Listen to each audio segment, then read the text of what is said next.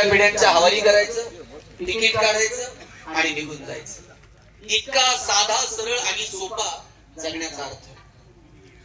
मला वाटतं तो जगण्याचा अर्थ आम्हाला समजून घेता येईल का?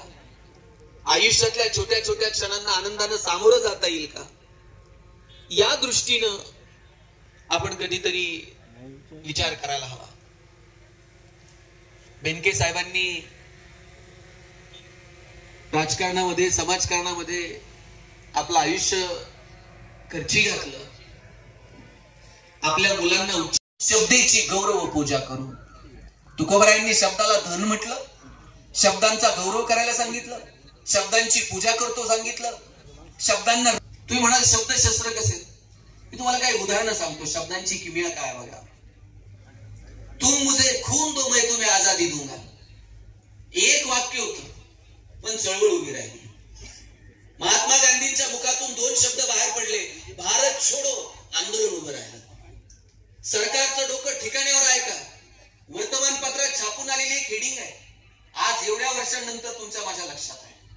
गरिबी हटाव इंदिराजींनी दिलेला नारा होता. सरकार आलं होतं.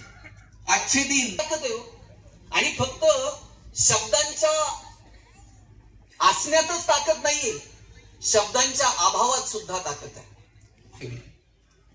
आणीबाणीचा निषेध व्यक्त करताना आम्ही अग्रलेख छापणार नाही, जागा कोरी ठेवून निषेध व्यक्त केला होता. शब्दांच्या अभावात सुद्धा इतकी ताकद आहे. शब्द किती जपून वापरायला हवे. शब्द हे शस्त्र आहेत आणि ते जपून वापरता येतील का याचा विचार करावा.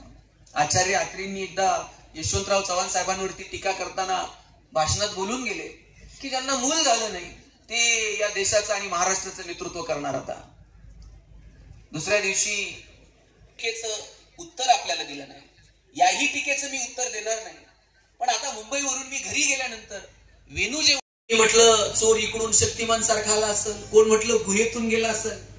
हा म्हटला थांबा, हिऱ्याची बॅग बक्षीस आहे ना, मग मी सांगतो. ते म्हटले चोर म्हणले काय?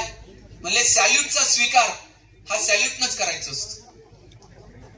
ते 1000 वेळा सॅल्यूट करेल पण तुम्ही आता ते रिटर्न त्याला सॅल्यूट करून त्याचा स्वीकार करायचा. आणि हेच field marshal Manekshaw army hospital मध्ये ऍडमिट होते. अब्दुल कलाम साहेब देशाचे राष्ट्रपती तिथे दौऱ्यावर होते आणि कलाम साहेबांना कळलं फील्ड मार्शल ऍडमिट आहे. ते भेटायला गेले.